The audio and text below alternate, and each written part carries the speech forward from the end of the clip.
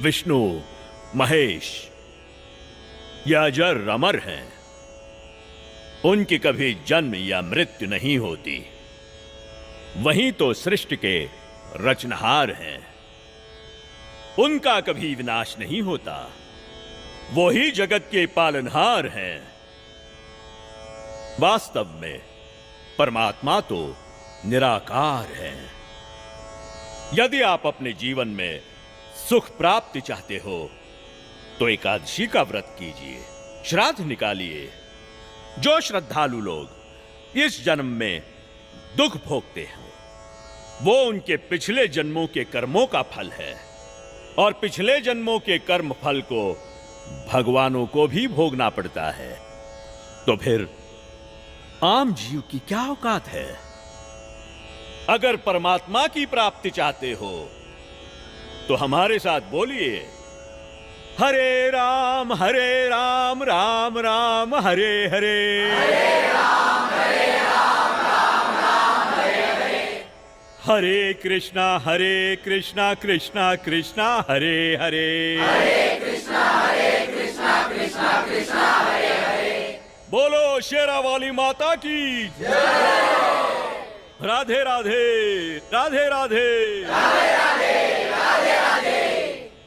भक्तों, यदि आप में से किसी के भी मन में कोई भी आशंका हो, कोई भी प्रश्न हो तो निसंकोच पूछिएगा। महात्मा जी, आप ये भोली भाली जनता को क्यों गुमराह कर रहे हो? अरे दुष्ट लड़की, तेरा ये बोलने का दुस्साहस कैसे हुआ? तेरे पास क्या आधार है कि मैं जनता को गुमराह करता हूँ? लगता है ये हिंदू विरोधी है। ए चल नीचे बैठ।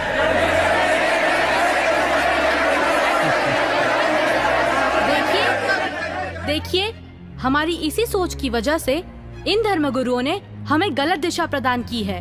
मैं भी हिंदू धर्म की हूँ और मैं अपने धर्म को श्रेष्ठ मानती हूँ। दरअसल पाखंड केवल हिंदू धर्म में ही नहीं बल्कि मुस्लिम धर्म तथा अन्य धर्मों पर भी चरम सीमा पर है। लेकिन ये हिंदू धर्म की आड़ में नकली संत अपना मनमाना आचरण करके शास्त्रों के विरुद्ध ज्ञान दे रहे हैं, और यही कारण है कि भक्ति करने वाले भक्त को वो लाभ नहीं मिले जो मीराबाई को मिला है, ध्रुव प्रहलाद को मिला है, नानक जी को मिला है। मैं किसी का विरोध नहीं कर रही। मैंने खुद अपने शास्त्रों को पढ़ा है और मेरे मन में भी कुछ प्रश्न हैं। लेकिन दुर्भाग्यवश हमारे समाज में अपने धर्म को, अपने शास्त्रों को, अपने परमात्मा को जानने की कोशिश करता है तो उसे आप जैसे भोले श्रद्धालु धर्म विरोधी समझने लगते हैं। पर आज मैं जो आप सभी को सच्चाई बताने जा रही हूँ, जो शायद आपने पहले कभी नहीं सुनी होगी।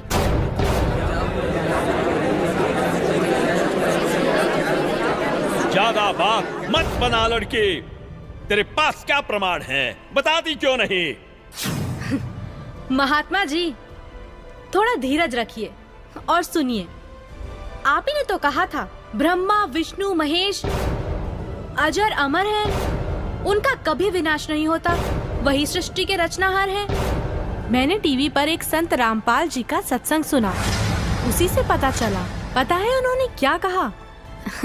रुकिए एक मिनट, अभी बताती हूँ।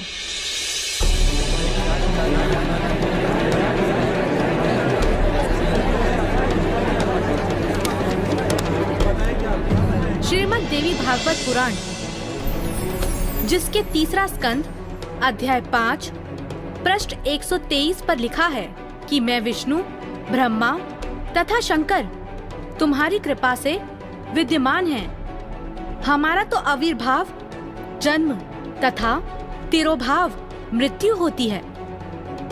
हम नित्य अविनाशी नहीं हैं। श्रीमद् भागवत महापुराण तीसरा स्कंद अध्याय 4 पृष्ठ 10 श्लोक 42 पर लिखा है, हे मात ब्रह्मा, मैं तथा शिव तुम्हारे ही प्रभाव से जन्मवान हैं, नित्य नहीं है, अर्थात हम अविनाशी नहीं हैं। ये श्रीमद् देवी भागवत देखिएगा, सचित्र मोटा टाइप हिंदी, गीता प्रेस गोरखपुर से प्रकाशित है और परमात्मा चाहने वाले हिंदुओं के घरों पर लगभग रखी पाओगी। ये है संक्षिप्त श्रीमद् देवी भागवत सचित्र मोटा टाइप केवल हिंदी। प्रकाशक हैं हनुमान प्रसाद पोदार चमनलाल गोस्वामी और गीता प्रेस गोरखपुर से प्रकाशित है। 123 पृष्ठ, तीसरा स्कंद, संक्षिप्त देवी भागवत। तुम शुद्ध स्वरूपा हो, यह सारा संसार तुम ही से उद्भासित हो रहा है। मैं ब्रह्मा और शंकर हम सभी तुम्हारी कृपा से विद्यमान हैं। हमारा आविर्भाव माने जन्म, तिरोभाव माने मृत्यु हुआ करता है। हमारा तो जन्म मृत्यु होता है, केवल तुम ही नित्य हो, जगत जननी हो, प्रकृति और सनातनी देवी हो। अब ये क्या सिद्ध हो गया इस थोड़ी सी पंक्तियों में? ब्रह्मा विष्णु महेश की जन्म मृत्यु होती है। तो बताओ महाराज जी, अब आपके पास क्या जवाब है? आप ही ने तो कहा परमात्मा निराकार है। हाँ, तो गलत क्या कहा? परमात्मा तो निराकार ही है और यही हमारे वेद शास्त्र कहते हैं। महात्मा जी, आप बिल्कुल झूठ बोल रहे हैं। शास्त्रों में कहीं नहीं लिखा कि परमात्मा निराकार है। शास्त्रों में क्या लिखा है ये मैं आपको बताती हूँ, जो कि मुझे संत जी के प्रवचनों द्वारा पता चला। अब ऋग्वेद मंडल नंबर 9 सूक्त 82 में कति कंसेप्ट क्लियर हो जाएगा। ऋग्वेद मंडल नंबर 9 सूक्त 82 और मंत्र नंबर 1 में क्या कहा है? वह है जो सर्वोत्पादक प्रभु यानी सबकी उत्पत्ति करने वाला, 6 दिन में सृष्टि रच के 7वां दिन तख्त पर बैठने वाला, प्रकाश रूप सद्गुणों की वृष्टि करने वाला, पापों का हरण करने वाला, वह राजे, ये संस्कृत है। इसका अर्थ है राजा के समान। राजा के ये 269 पृष्ठ पे है राजा के, और इधर देखो 270 पृष्ठ पे, 270 पृष्ठ पे राजा के समान दर्शनीय है। देखने में राजा के समान है, तख्त पर विराजमान है, सिर पर मुकुट है उसके, और वह पृथ्वी आदि लोकांतरों के चारों ओर शब्दमान हो रहा है।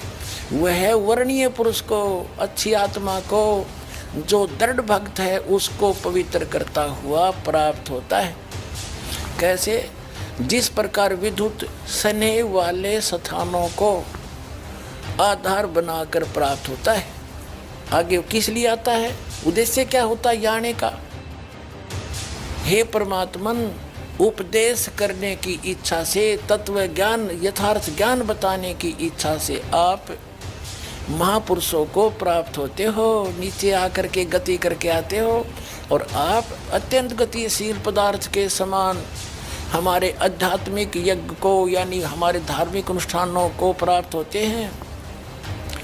आप कबीर देव हैं, आप अल्लाहु अकबर हैं, शुद्ध स्वरूप हैं, आप पाक हैं, पवित्र हैं।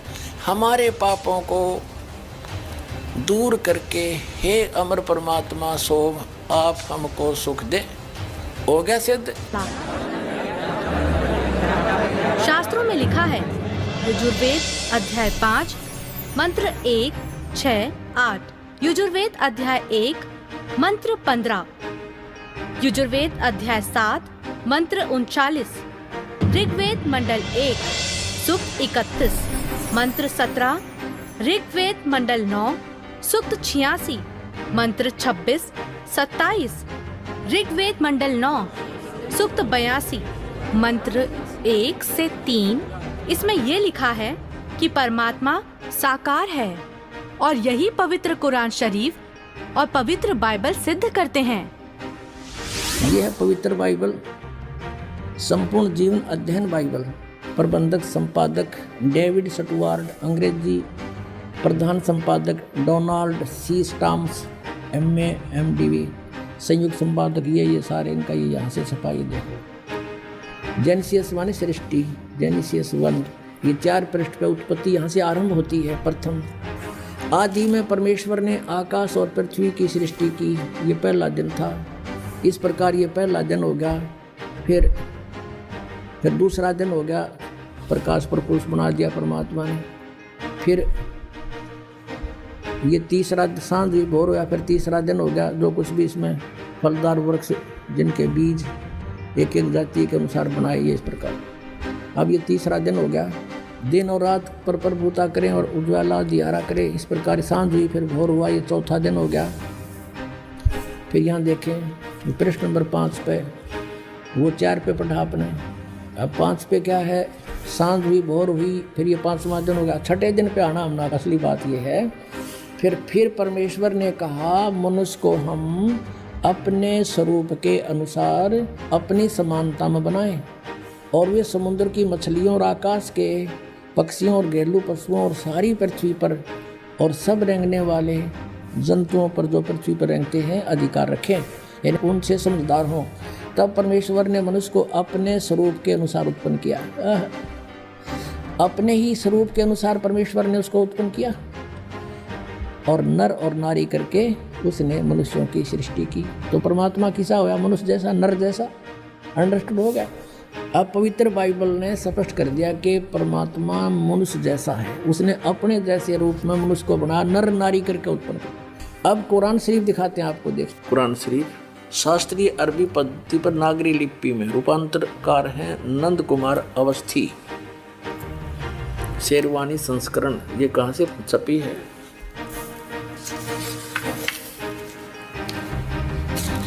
ये वही लिखा कि वो इस्लामी किताब, इसमें कोई संदेह की गुंजाइश नहीं है।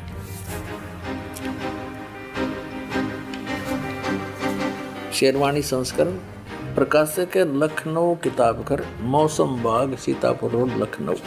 हम यहाँ पढ़ेंगे, हिंदी पढ़ेंगे। सूरत फुरकानी 25/607 पृष्ठ पे यहाँ देखिए 59 नंबर आयत में, सूरत फुरकानी 25 में, जिसने आसमान और ज़मीन और जो कुछ उनके बीच में है सबको 6 दिन में पैदा किया और फिर तख्त पर जा विराजा। अब इससे सिद्ध हो गया कि दोनों पवित्र सदग्रंथों ने रल मिलकर ये सिद्ध कर दिया कि परमात्मा मनुष्य जैसे शरीर युक्त है, मनुष्य जैसा साकार है। महात्मा जी, आपने ये भी झूठ कहा है कि श्राद्ध निकालने, व्रत करने से सुख और मुक्ति मिलती है, जबकि संत जी के प्रवचनों से सुना है कि गीता अध्याय 9 के श्लोक 25 में कहा है, पितरों को पूजने वाले पितरों को प्राप्त होते हैं, भूतों को पूजने वाले, पिंड दान करने वाले भूतों को प्राप्त होते हैं, अर्थात भूत बन जाते हैं।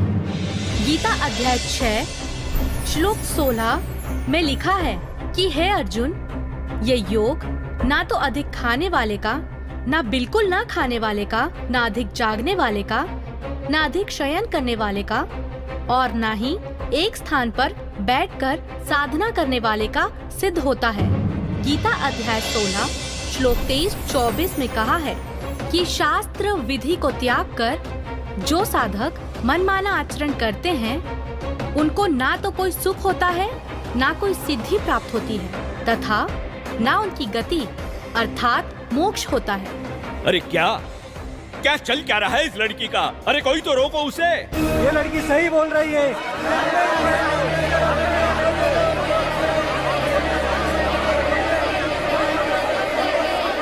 और हद तो तब हो गई बाबा जी, जब आपने कहा परमात्मा पाप नहीं काटते, कर्म का भोग तो भोगना ही पड़ता है, चाहे कितनी ही भक्ति कर लो। सब झूठ है, सब। आपको पता है हमारे शास्त्र क्या प्रमाणित करते हैं? मैं बताती हूँ, जो कि मुझे संत जी के प्रवचनों द्वारा पता चला है। ऋग्वेद मंडल 10 सूक्त 161 मंत्र 2, 5 सूक्त 162 मंत्र 5, सूक्त 163 मंत्र 1 से 3 में लिखा है कि परमात्मा जो चाहे वो कर सकता है, प्रत्येक प्रकार के रोग कष्ट को नष्ट कर सकता है, और यदि कोई मृत्यु के भी निकट पहुंच जाता है तो उसे 100 वर्ष की आयु प्रदान कर सकते हैं। अब देखिए वेद इसको प्रमाणित करेंगे कि परमात्मा घोर पाप का विनाश कर देता है।